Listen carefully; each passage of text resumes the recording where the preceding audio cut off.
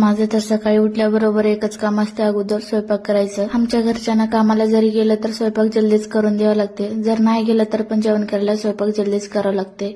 त्याच्यामुळे मला पण डेली सवयच पडलं जल्दी उठून स्वयंपाक करायचं. त्याच्यामुळे राईस कुकरवर भात ठेवलं होतं आणि गॅसवर आवऱ्या शेंगा शिजवायला ठेवलं होतं.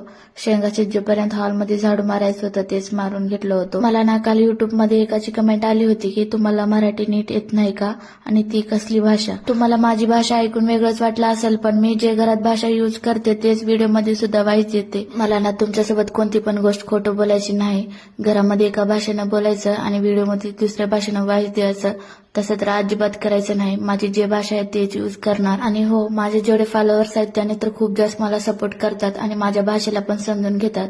त्यामुळे मला भाषा बदलायची तर काही गरज नाही. ज्यांना कोणाला माझी भाषा समजत नसेल त्यांना तर मी काय करू शकणार नाही. असो, फॅन तर खूप जास्त खराब झाले होते, त्याच्यामुळे घाणीच्या पप्पाला साफ करायला सांगितलं होतं. रविवार असले की नवऱ्याकडून कामं करून घ्यायला कोणाकोणाला आवडते बरं, कमेंट करून नक्की सांगा. पप्पा फॅन साफ करून घ्यायच्यापर्यंत त्यांच्यासाठी नाश्त्याला पण करायचं होतं, त्याच्यामुळेच आप्पे केलं होतं. आता नवऱ्याला काम लावले म्हणजे चांगलं तर जेवायला करून द्यावंच लागते, बरोबर आहे का नाही बरं. मग मस्तपैकी दोघं पण नाश्ता केल्या होत्या. आज आणीचे पप्पा चिकनची भाजी अलग टाईपनेच करणार होते. मला पण माहित नव्हतं, सगळं मिक्स करून फ्रीज मध्ये ठेवले होते. मग तुम्हाला माझा आजचा ब्लॉग कसा वाटला कमेंट करून नक्की सांगा आणि तोपर्यंत